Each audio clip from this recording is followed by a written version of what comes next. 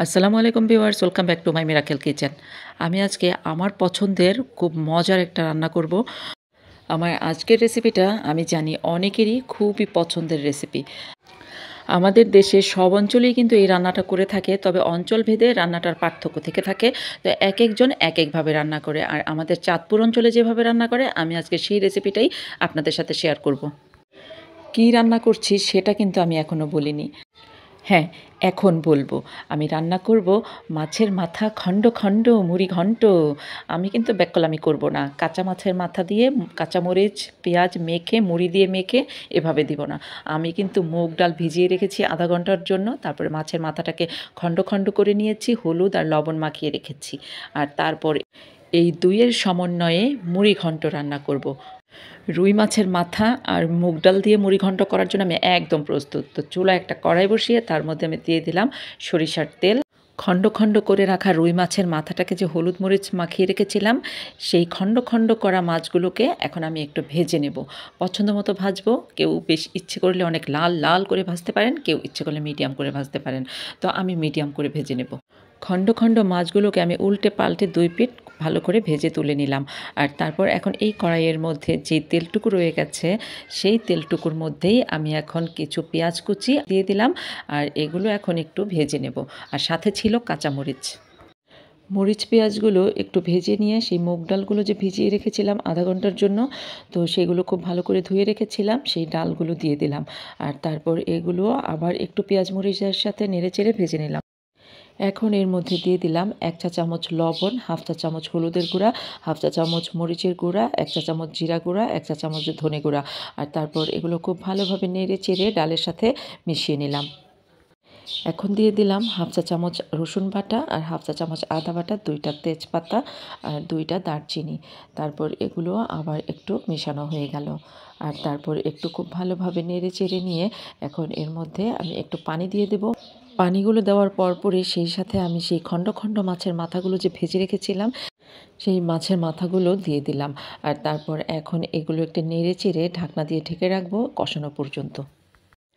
কিছুক্ষণ পর ঢাকনা তুলে একবার একটু ডালগুলো নেড়ে চেড়ে দিলাম। আর তারপর আবারও ঢাকনা দিয়ে রাখলাম। এবার খুব ভালোভাবে কষানো হয়ে গেছে। এই ডাল আর মাছের মাথাগুলো কিন্তু একসাথে কষানোটা খুব বেশি জরুরি, এবং সেটা খুব ভালোভাবে কষাতে হবে।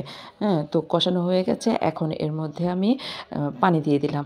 পানিটা এমনভাবে দিতে হবে যাতে সেদ্ধ হওয়ার পরও কিছুটা ঝোলঝোল থাকে, তবে একদম বেশি পাতলা ঝোলঝোল যেন না থাকে। তো সেজন্য আমি 2 কাপ ডালের জন্য আমি এখানে 3 কাপ পানি দিয়ে দিলাম।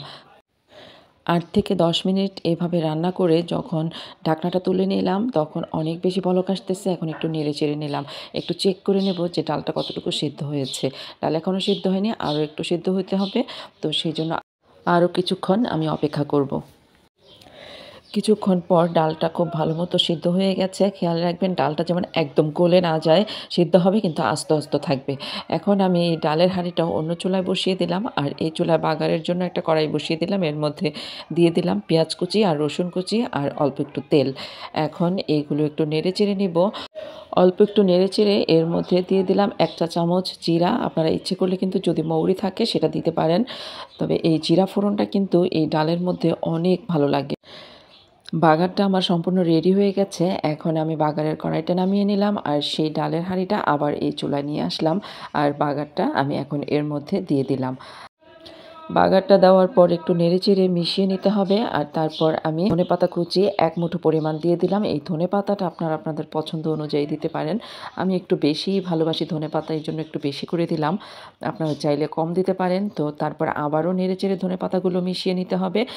এই ডালটা রান্নার শেষ পর্যায়ে যদি অনেক বেশি ঝোল ঝোল দেখা যায়, তাহলে চুলাটা বাড়িয়ে দিয়ে ঝোলটা একটু কমিয়ে নিতে হবে।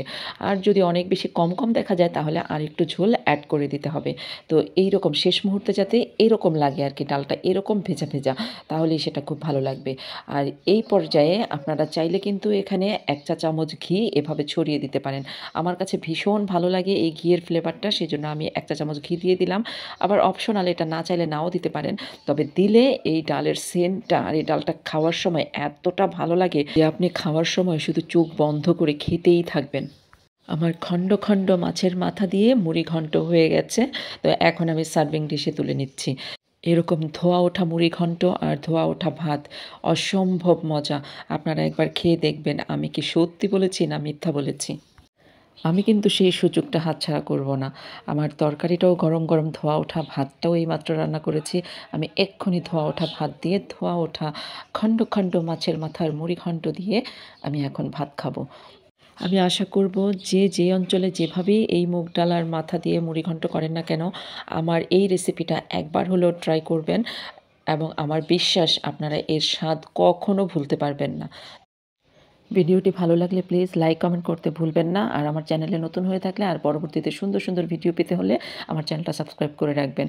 তো আজকের মতো এখানেই শেষ করছি। আবার দেখা হবে আপনাদের সাথে অন্য কোনো রেসিপি নিয়ে অন্য কোনো ভিডিওতে। ততদিন আপনারা ভালো থাকবেন, সুস্থ থাকবেন, মিরাকেল কিচেনের সাথেই থাকবেন। আল্লাহ হাফেজ।